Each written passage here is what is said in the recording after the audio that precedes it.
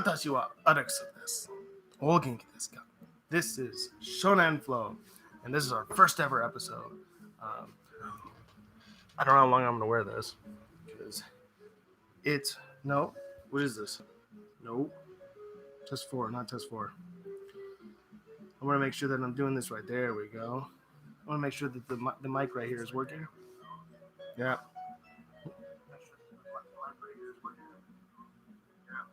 Sounds good. I think what we're going to do is we're going to put, no, because it's going to be weird. I'm going to have a little bit of a delay. Actually, right up here? Oh, yeah. I'm curious. This is going to be very, very all over the place because I want to test all this stuff out. So we're going to put some headphones on and see if, don't tell me you lost connection. Let's go. Come on, buddy. Come on. No, you didn't lose connection. You know what it is. You used to connect to these. Oh, connected. What? There we go. Okay, now let's go. Okay. How do we go live? Okay. Okay. Well, it's like 1. Well, it's 4 seconds behind. That's not so bad, I suppose. We'll just keep it on there. We'll keep this low, just that way. Oh, that's a little too low. Okay, keep it like that for right now. That's really weird. Well, we'll check it. We'll check it every now and then, but I don't want to waste the battery on this. I don't want to waste the battery on that. I'm just gonna hope that we don't have any issues. But back, keep it down like that. I'll check you in a bit. Now, so the whole point of this show is, or these shows, is we're going to talk mostly baseball-related stuff, but we're also going to throw in a little twist here and there, maybe look up some news and all that stuff. We're going to do a couple cool segments I'm going to throw in there, and here and there, maybe look up some news and all that stuff. We're going to do a couple cool segments I'm going to throw in there, and yeah, we're just going to talk about whatever we want to talk about, because I miss doing this. I used to do this back when my parents were both working still. Sorry, the beard is all over the place today. But, yeah, that's what we're going to start doing now. Try to do these as often as I can. I got to start working soon, but actually, we'll do that right now. We'll do it on, no, I don't want to do it right there. We'll do it on the phone. I can actually plug my phone in too. I just realized that. Excuse me. Oh. I can plug my phone in, so I don't have to worry about that dying. Let's see. Where are we in terms of league stuff? Fremont softball.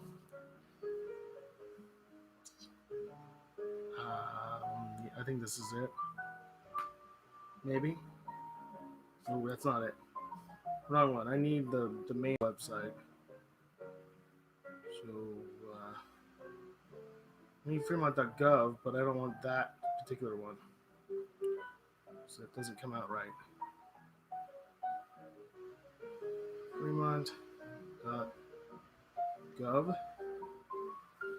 Okay, then we need to go to Reggie Rec. I'm sorry if the wind hits the mic or anything, because it's really fucking windy outside. Activities.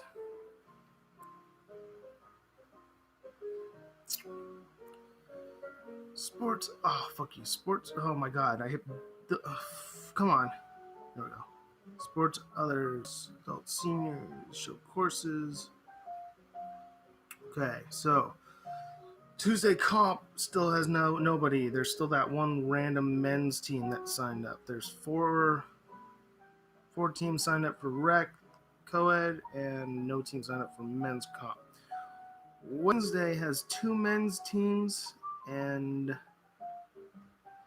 no co-ed comp, co-ed rec, and co-ed or a men's comp. So tomorrow is the deadline for Tuesday. The team I used to play for, Lou, he hasn't even signed up yet. So I would imagine there's going to be 5 teams there. I'm going to assume the men's league ain't going to happen unless 3 teams all of a sudden sign up.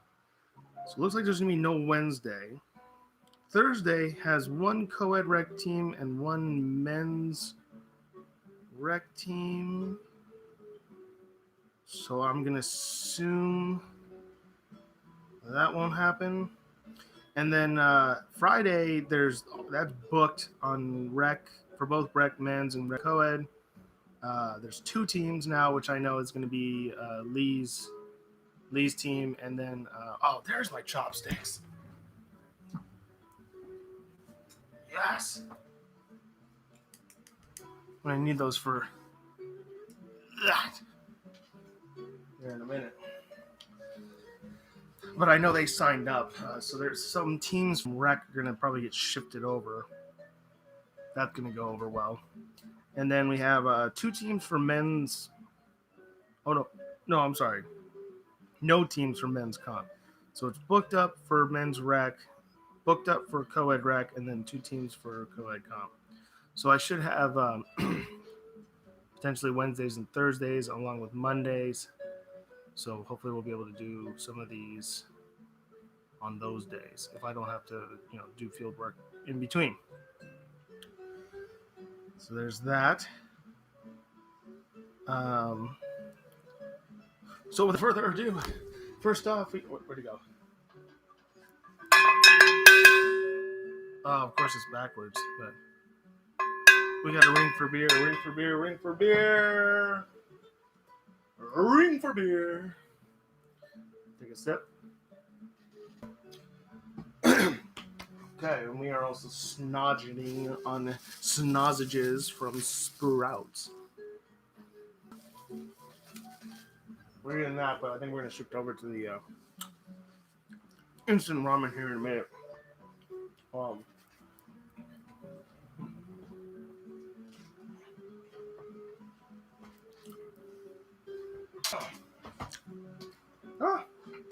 This spot is too crammed, but there's just too much light coming out that way. Okay. So, first things first, what we're going to do is we're going to start doing our daily. God damn it, everything's fucking backwards. Taxi driver wisdom. Yeah, everything is literally reversed. That's not good. Is it reversed when you watch it? Or is it just reversed for me? Let's find out. Because I don't remember that ever being an issue. Excuse me. Jesus. Let's try. Oh, no. That comes out good for you guys. Cool. I was like, that's going to be a problem. This is written by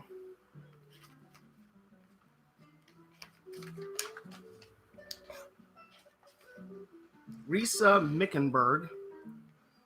And I guess she got all these quotes from New York City cab drivers. And I've been sending a lot of them to some people. And some of them are pretty interesting. Some of them kind of like, they can make you angry. You may not agree with them. Some of them make you really think. So we're going to do one quote from these every episode. And to start off, so our first one is going to be, so what they do is up on the top, It'll kind of like give you a general idea of what the quote is supposed to mean. So this is supposed to be on high blood pressure, and so the quote is, "Everything comes out the same, no matter whether you make it hard on yourself or not." And I think that's kind of true. I think I don't know if that necessarily applies to everything, um, but I bet if you took the time to step back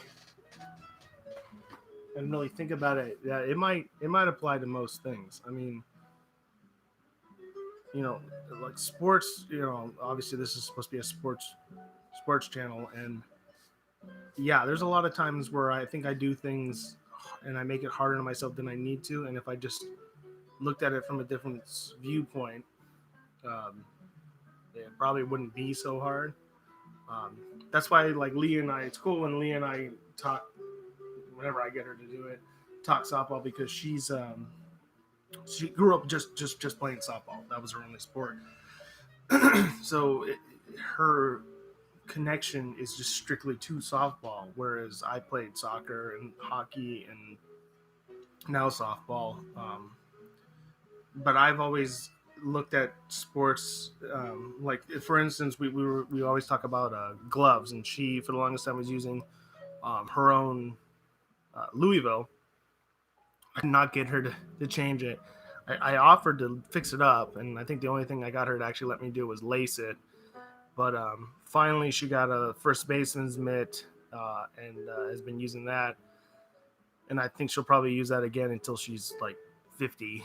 But to her, the glove is an extension of herself, and a lot of players are like that.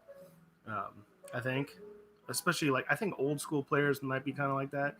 But I come from the mindset that every single glove that I have and that I use is a specific tool for a specific purpose. So I have a first baseman's mitt, I have an infielder's glove, I have an outfielder's glove, so something like that. Um, Honestly, I even have bats that are for specific purposes. I've got bats that if I need to just slap balls through the infield or just make contact, I got bats that are better suited for that versus other bats that are there's a lot more power behind them, but making contact with those is a lot more difficult because the barrel is smaller. And we'll talk about those in another one of the videos. Um, so I agree more or less with that quote. Um, I still think there's probably some things out there that can't be controlled, how difficult or how simple it is. But yeah, I mean, if you really take the time to step back and think about a tough situation, there's probably better ways to go about doing it. If you just keep an open mind and view the other options. I know I read it the other day that the oldest man, or was the oldest man in the world from Japan, Watanabe-san, he passed away at 112 years old. And they asked him, hey, what was the secret to your longevity? And he said, it was just not getting angry and wearing a smile on your face. And that's hard to do sometimes, but if you can really get yourself to just look at positive things, I mean, even if situations are rough, if you try to look at the positives that come out of things in life and then don't look for negativity in things, I think that goes a long ways. You're not stressing yourself out, and it's like, in the Bay Area where I'm from, stress that's a big affliction on a lot of people. I mean, people get sick all the time. I can't tell you how many people around me are getting sick all the time because they're stressed, they don't sleep. It is what it is. So, anyways, there we go. There's our little bit of info on that. The next thing I wanted to do, so I have another book that we're going to do some stuff on, and it is the Book of Useless Information. Amazing. I love this book. It's basically, this is me in a nutshell. Alicia hates that I do that stuff all the time. So we'll probably read like 5, because they're really short, but we'll probably read like 5 things from these at a time. But first, we're going to talk about some gloves that I got today. I just wanted to quickly talk about them because I don't want to bring them out too much because they're really, really old. And then we're gonna do a pretty cool segment that my sensei in Japan, Ishihara-sama, does with cards. I just got to figure out a way to set it up, and we're gonna try to find them in this monstrosity, the baseball encyclopedia. From this goes all the way up to 1987, so I wasn't even born yet when this book came out. And these cards are pretty much all Tops Fleer and Dondris. I think that's all. That's all of them from the early '80s. So we'll be talking about some of them today. I'm gonna keep an eye out for like old baseball cards. I find them in like the boxes. You know, like they're not like special expensive, you know, cards that you can get, but it would be cool to kind of like look at some of the old players and everything like that, and just look up some of their stuff. And then we're also would also try to do is I was looking through this, and this goes all the way back to the you know, beginnings of baseball. There were some people in there that have some wacky stats. I'll look up one. I'll show you one guy in particular. I found him by accident last night. He was like, "Oh, those are not great stats. How short his career was." But it's just cool to see that kind of stuff. So we'll be doing that, and then yeah, depending on where we're at, it's 1:32 right now. We'll see what else we can do. Oh yeah, I meant to play a little tune to start, but this one I can't play this one. I never get this right.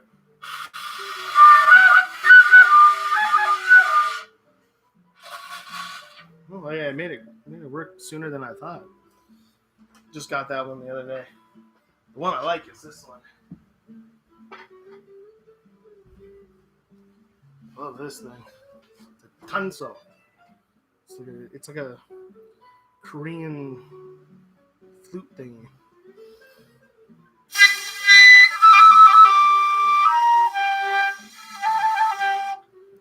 So, yeah. Okay. Anyway, so yeah, we're gonna have to figure out how we're gonna set this guy up so that way you guys can see it. So I might have it like sit here. So what can I use to get it up there? Oh, maybe. Hey, wait a minute. Are we gonna get that lucky? Yeah, there we go. That works. There's a little bit of a glare, but no biggie. That was actually who I was looking up yesterday, and that's how I came across the other guy that I found. Okay, so here are probably the oldest four gloves I got in my collection. You can't see it, but underneath this one is an even bigger box. It's a 38 gallon tub full of gloves. There's probably like 50 gloves in there, old school gloves, old gloves.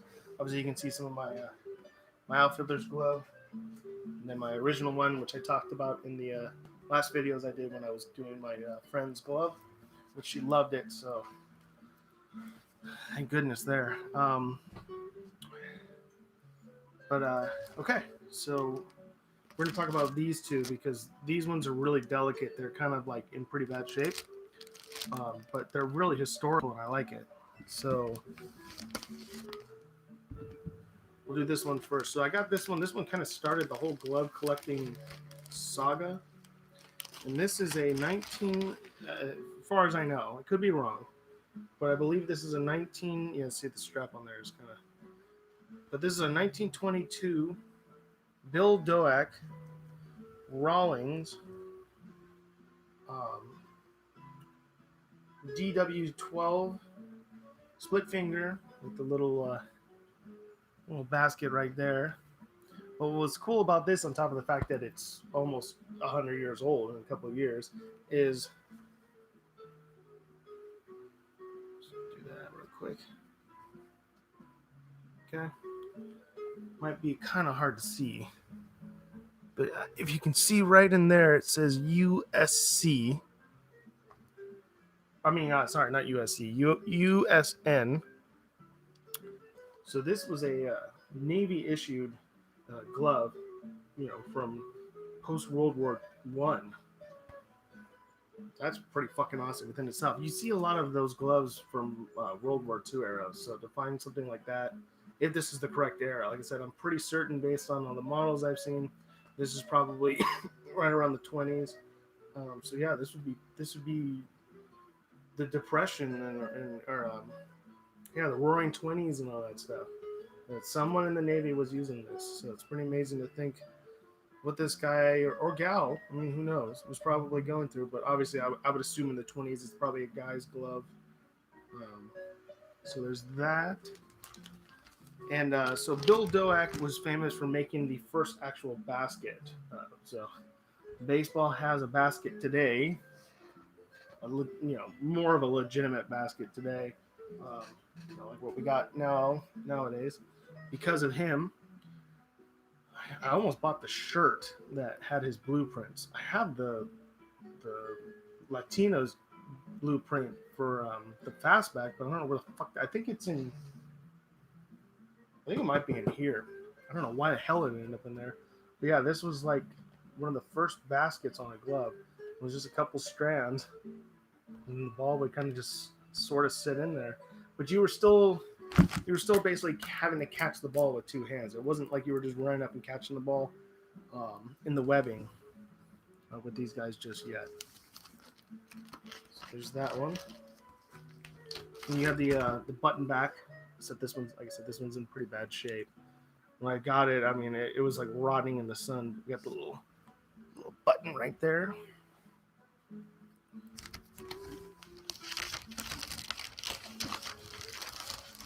Okay.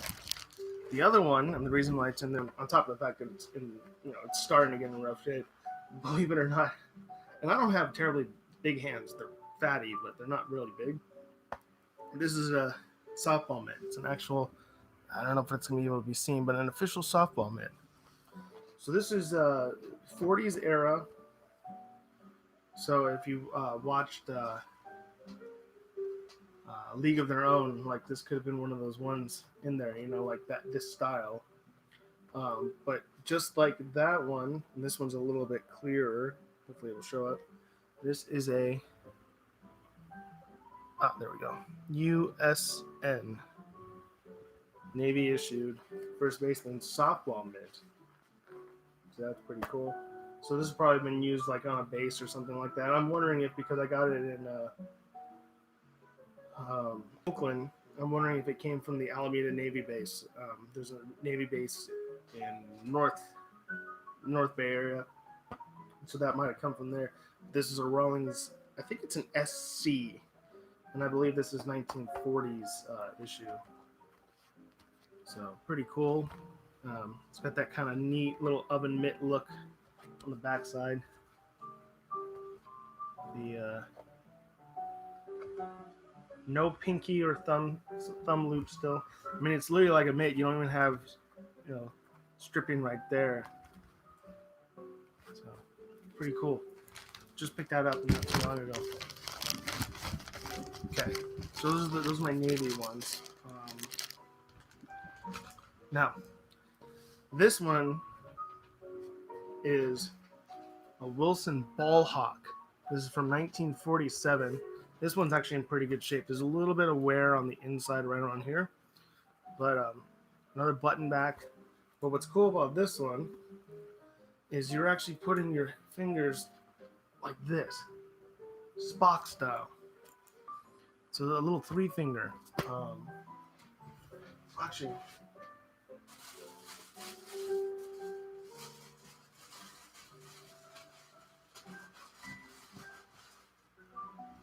there we go.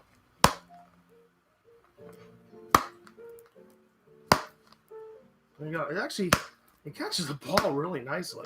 A baseball. I don't know about a softball. But yeah, this is the ball hawk. You can see with this one, it's got the lacing in between the two fingers. So we're starting to get into that point.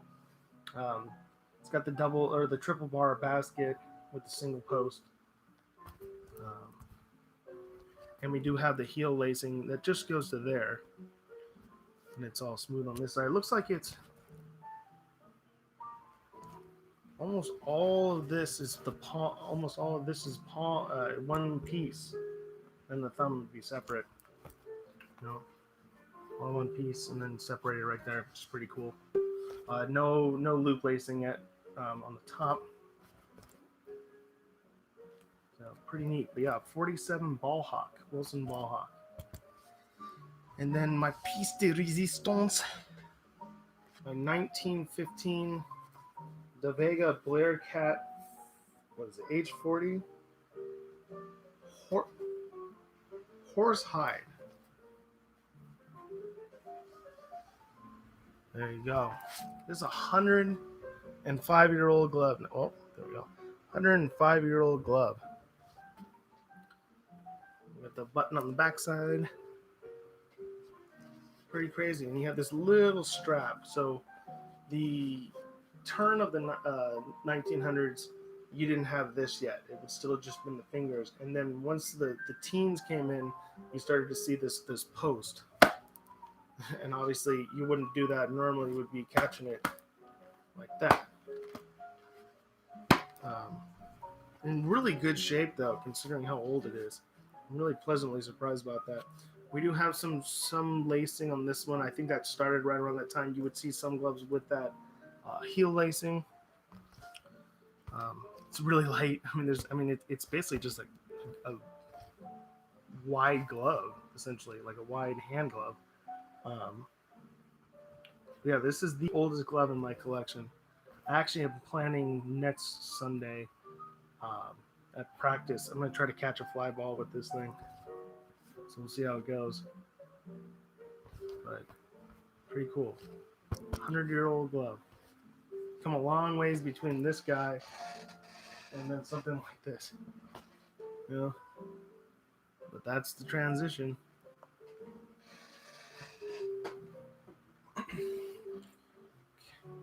So that was just a couple gloves I wanted to share today. The next thing we got to do is, actually,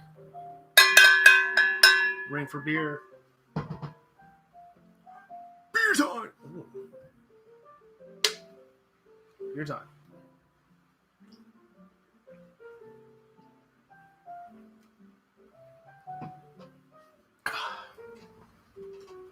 And noodle time. Let's have this.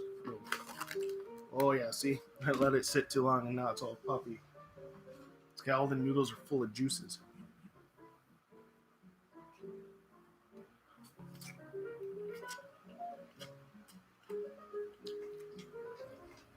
Now I know in Japanese culture that is not the right thing to do, but desperate times call for desperate measures because they're going to fall off, I can guarantee it.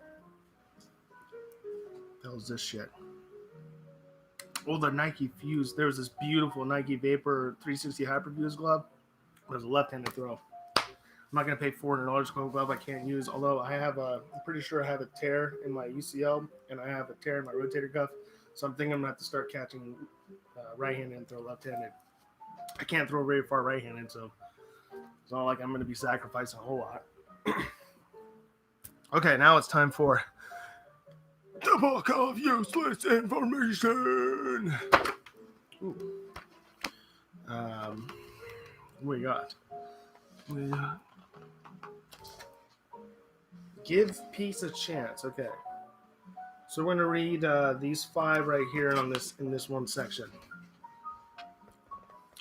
It has been calculated that in the last 3,500 years, there have been only 230 years of peace throughout the civilized world.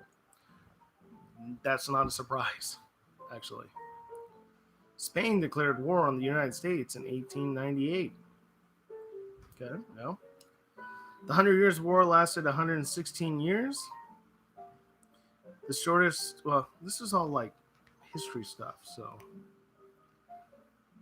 I think some of us probably should know this. The shortest war in history was between Zanzibar and, actually, no, this is kind of cool.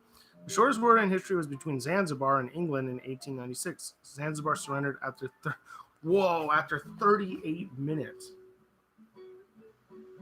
That's interesting. Yeah, when you're a little tiny island, trying to go up against England back in 1896. That's probably not a good idea. And the Spanish Inquisition once condemned the entire Netherlands to death for heresy. Well, thankfully that didn't happen, or else we wouldn't have total football. You know? Or the Curacao baseball team, which is technically the Netherlands, but it's not because it's Dutch Curacao.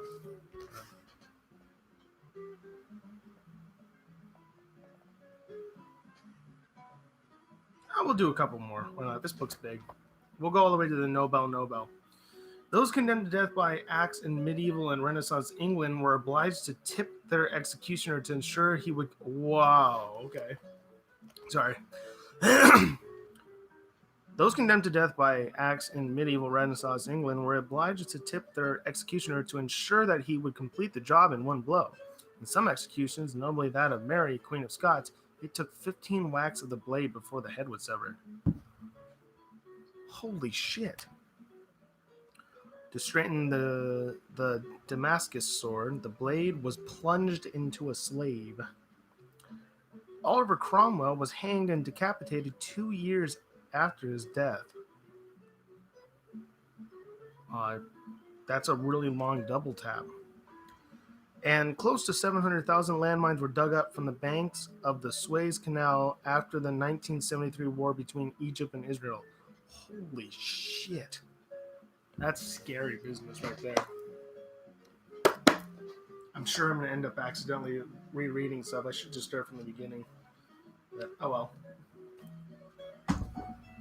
Okay, so that was useless information. Now, we're going to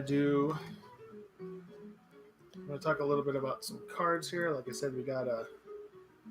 Oh, man, they're all upside down. A bunch of cards from 1983, 82, I think they're 83, 82, 81. Oh, 84. So right around there, beginning of the 80s, getting to mid 80s. So I'm forever blowing bubbles. Pretty bubbles in the air. Okay. Ooh, Rod Carew. So this is...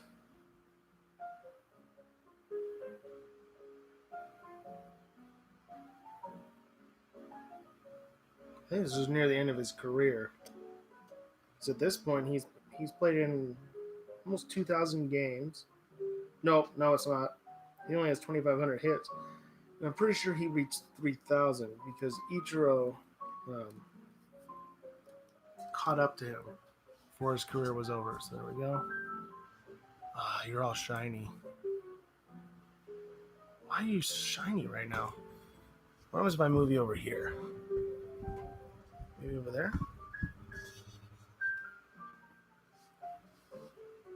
So now you're cricket. There we go. Okay. Move yourself right here.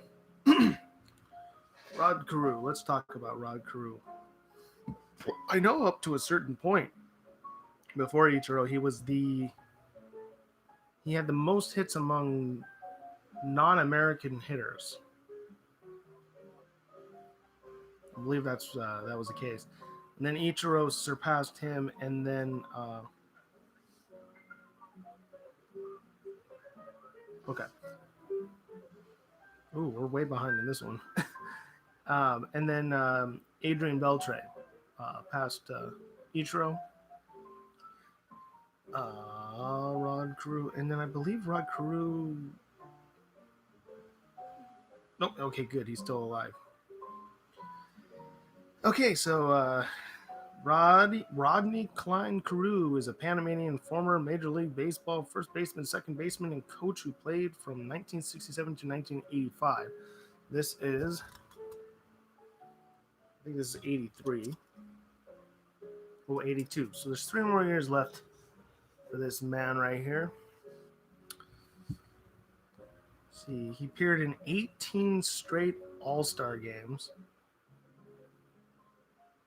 and led the AL in hits 3 times. He's the greatest contact hitter in Twins history. He won the 1977 AL MVP award, and he hit 388 in a season. You won't see that shit anymore. He won 7. He had 239 hits. 1977, which is 12th most at the time. Ichiro obviously has the record at 262. He won 7 AL batting titles, the second most AL batting titles in history behind the great Ty Cobb. And on July 12th, I remember when they did this, on July 12th, 2016, the AL batting title was renamed to the Rod Carew American League batting title. 74 years old now. Finished with a 328 batting average. That's awesome. 3,053 hits, only 92 home runs, but he had 1,015 RBIs.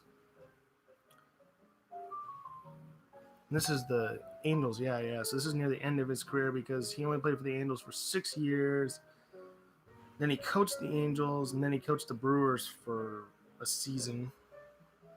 He was Rookie of the Year in 1967. Pretty cool. And he was a first ballot Hall of Famer in 1991 with 90.5% of the votes.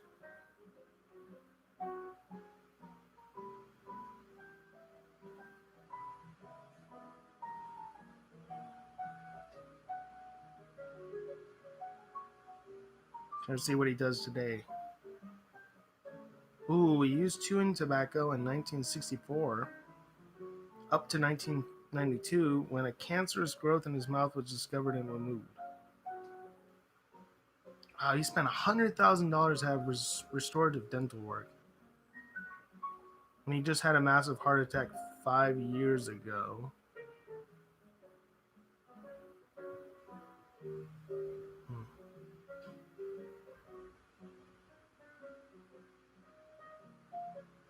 Whoa, what?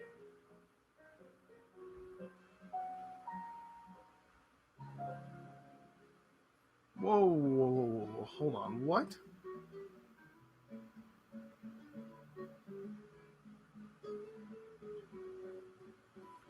Whoa, see, this is the thing I'm talking about. You find some cool shit. I mean, this isn't cool shit. This is really sad.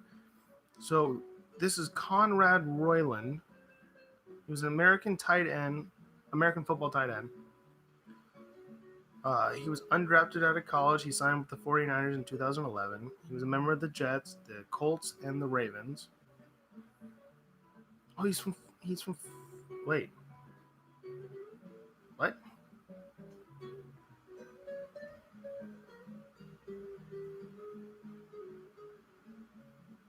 Wait, where's Mission Viejo? Oh, Orange County. I was gonna say, what? He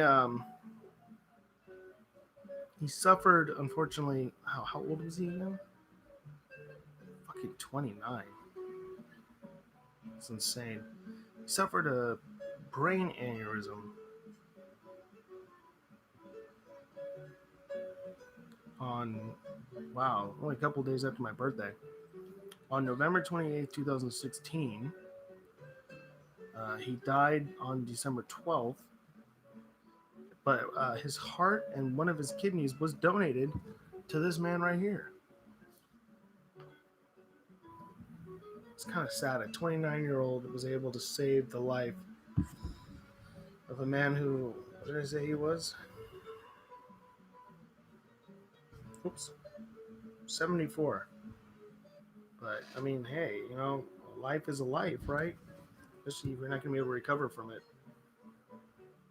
But I did not know that. That's crazy.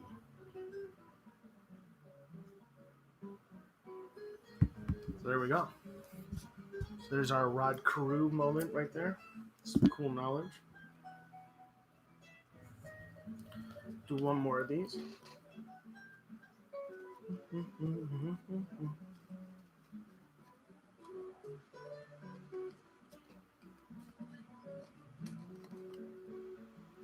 Ooh, Paul Melota.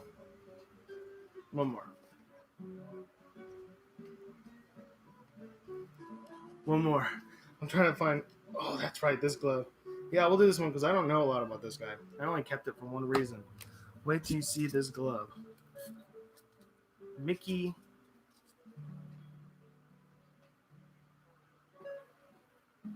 Hatcher. This is 1986. Okay. 1986. There we go. Mickey Hatcher. Mickey Hatcher. It says he's a clutch hitter on the card. Hatcher. Tell me more about this man.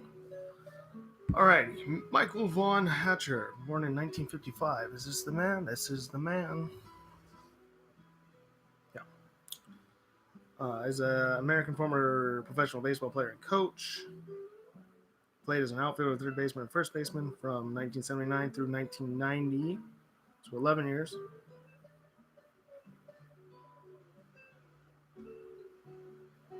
Oh, he replaced an injured Kirk Gibson, which I actually know he's in here. That was the man I was looking for. There he is. Kirk Gibson. Everyone knows him as being the guy that hit the home run. He hobbled around. He kind of did this thing.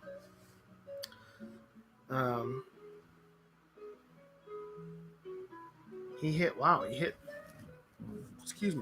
368. He was 7 for 19 with 2 home runs and 5 RBIs in the World Series. Damn. Okay, he finished his career with a 280 batting average. That's not too bad. 38 home runs, 375 RBIs. Oh, he was a 2-time World Series champion. Oh, he won. Oh, he won as a coach with the Angels.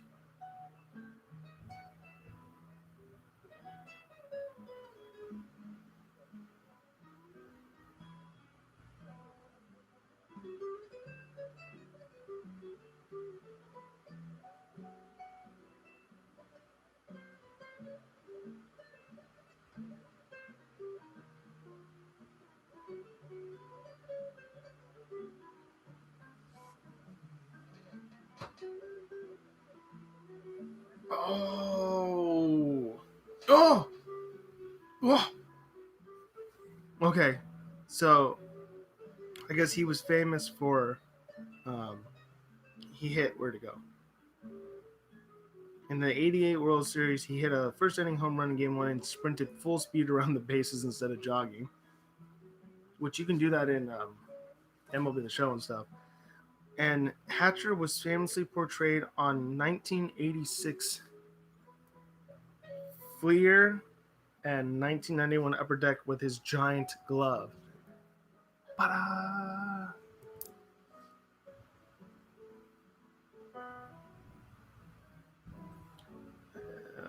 There's actually an article on it. Yes. Let's go.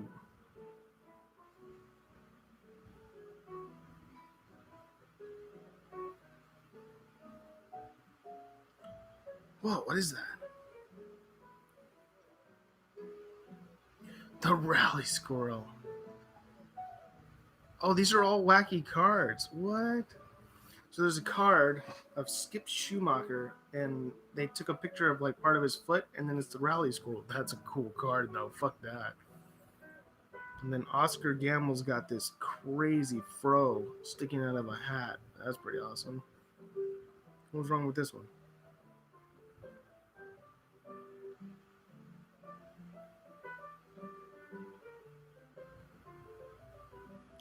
Oh, I see. Jesus.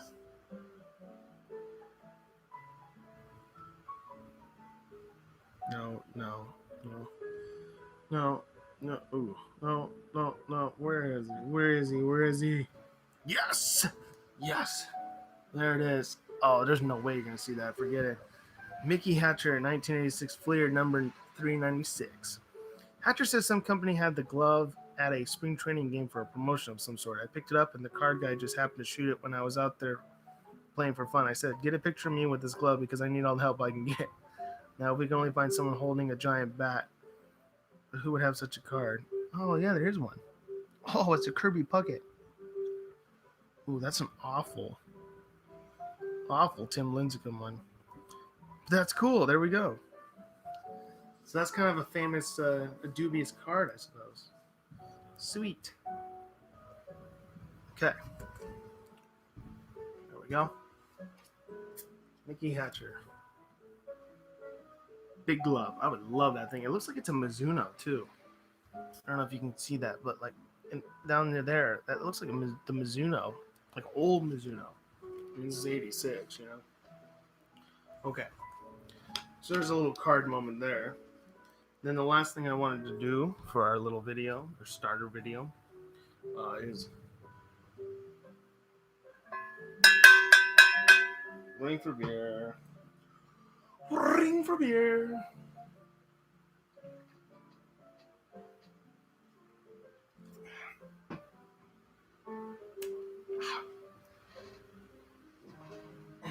And noodles.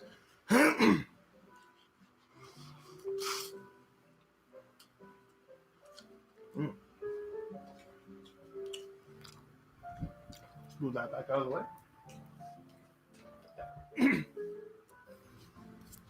And I wanted to go and see what we got in the baseball encyclopedia. So I wanted to find the first guy that I saw, which was... So I have to pull that forward a little bit. There we go. Oh, no. Should have just left it be. There we go. Leave it be.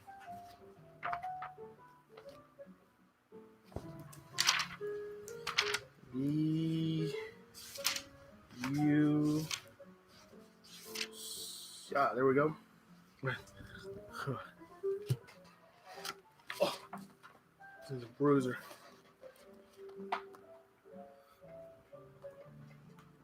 Right there. Bud. And I looked him up. He has a Wikipedia page. I think it's 2 sentences long. Excuse me, I'm not even joking. I believe.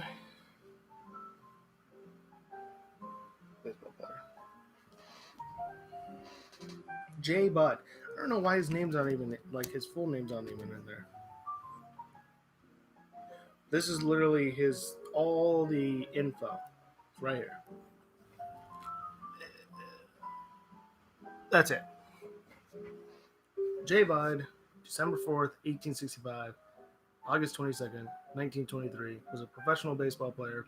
Played one game as a left fielder in Major League Baseball in 1890 for the Cleveland Infants of the short-lived Players League. He, in that one game, had 4 at-bats, and he struck out 3 times. And that is it for his stats. His stats are literally 1 game, 4 at-bats, 0 hits, 0 doubles, 0 triples, 0 home runs, 0 home run percentage, 0 runs, 0 RBIs, 0 walks, 3 strikeouts, no stolen bases, no batting average, no slugging average. That's a weird way to write that. I think that's slugging average. Where'd you go? No pinch at bats, no hit by pitch, and he played outfield for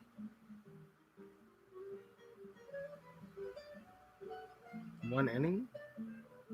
1 game. Oh, 1 game. I'm assuming that's a game. Oh, yeah, game play. Yeah. 1 game. That's it. But he's in the book. 1890. So we're talking, this didn't even exist. We were just using these bad boys. But so what we're going to do now is we're just going to cut it right here and flip it over. And what do we got? Still in the players. We're in the C's. There we go. Gary Nathaniel Cooper, born in 1956 in Savannah, Georgia. Played with the 1980 Atlanta Braves. Played in 21 games. He had 2 at-bats. Okay. He had 3 runs Okay. He had one strikeout. He had 2 stolen bases. That wait a minute. That don't make any sense. Oh, there's no walks on here. Oh yeah, there are. He didn't walk. Oh man. Oh, I gotta find this out now. So if I'm reading this correctly, so he had 2 at bats. He had a strikeout. He has no batting average, but he had 3 runs.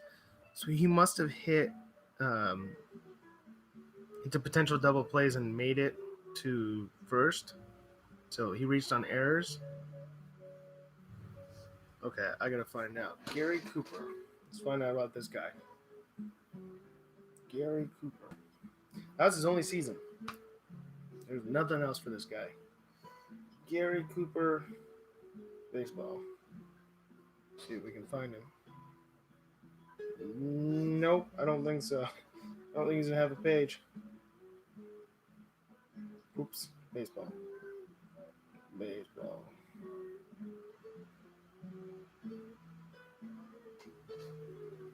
Nope, that's not him.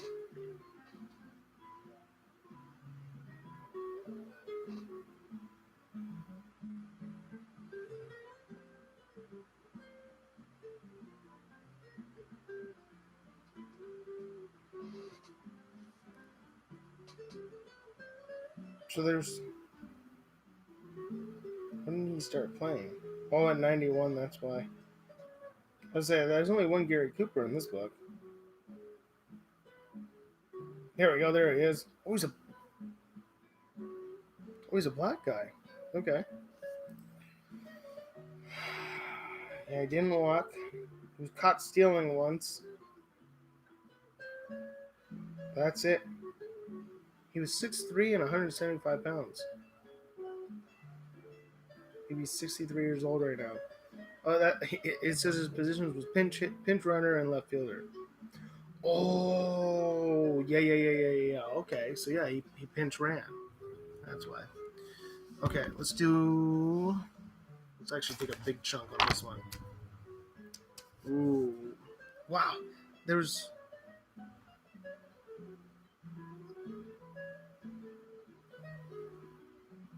Oh, okay, they were brothers. I was like, there's 2 Yorgs.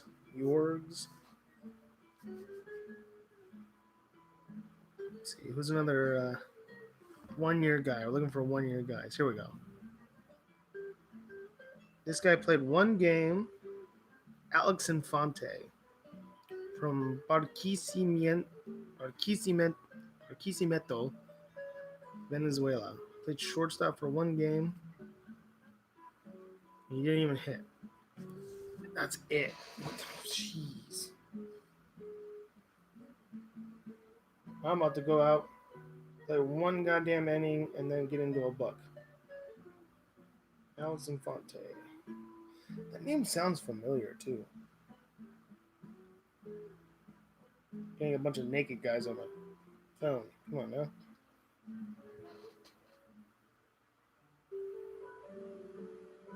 Is that him?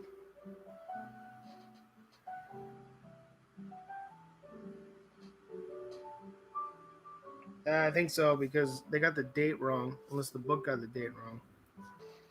But man, there's information on him. Okay.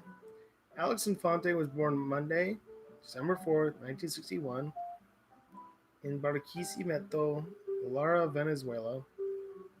He was 25 years old when he broke in the big leagues with the Toronto Blue Jays.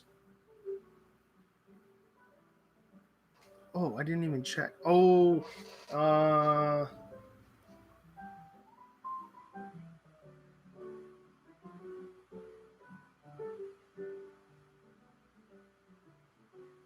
so that's the thing. Did he? Okay, so he played 4 years. So I forgot this is 87, so this would have been his rookie year. So he played until 1990. He had 6 hits and 55 at bats, which would be a 109 batting average and a .127 slugging percentage. He hit a double and 5 singles. Walked twice. Struck out 12 times. Grounded into a double play 3 times. How about fielding though? Maybe he was better.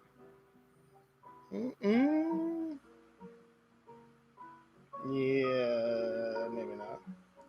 He played third, short, and second, and he had a 9.33, 9.66, and 9.71 fielding percentage for each, respectively. So, he only had one error each. Oh yeah, he only did one error each. So I mean, he only had so many opportunities. But Fermin, Alexis, Carpio, Infante. So there you go. Alex Infante. He was a rookie this year. 5'10" and 175 pounds. What's the BR? Oh, batted right, batted left. I get it. Is there a switch? Oh, batted both. Yeah. Batted both. Okay. There you go. So those are some long forgotten players in baseball history. And we found out a little bit about them through the Baseball Encyclopedia. So there we go. I think that's about it for today. I'm glad that it seemed like everything worked out. I'll have to check it out later tonight to make sure.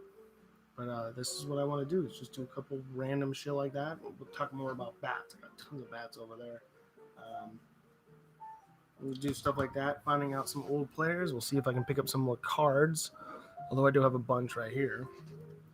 And we'll try to do some like news related stuff, baseball wise, next time. But it felt good to do something like this again in front of a camera that doesn't shit out on me after 20 minutes. So if you watch this, hey, Willie Stargell. If you watch this all the way through, I appreciate it very much. Hopefully you all will watch again and hopefully be able to do this in a couple days, I think. Probably a couple days.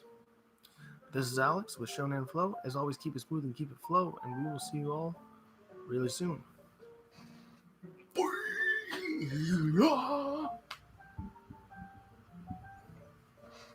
Yes. And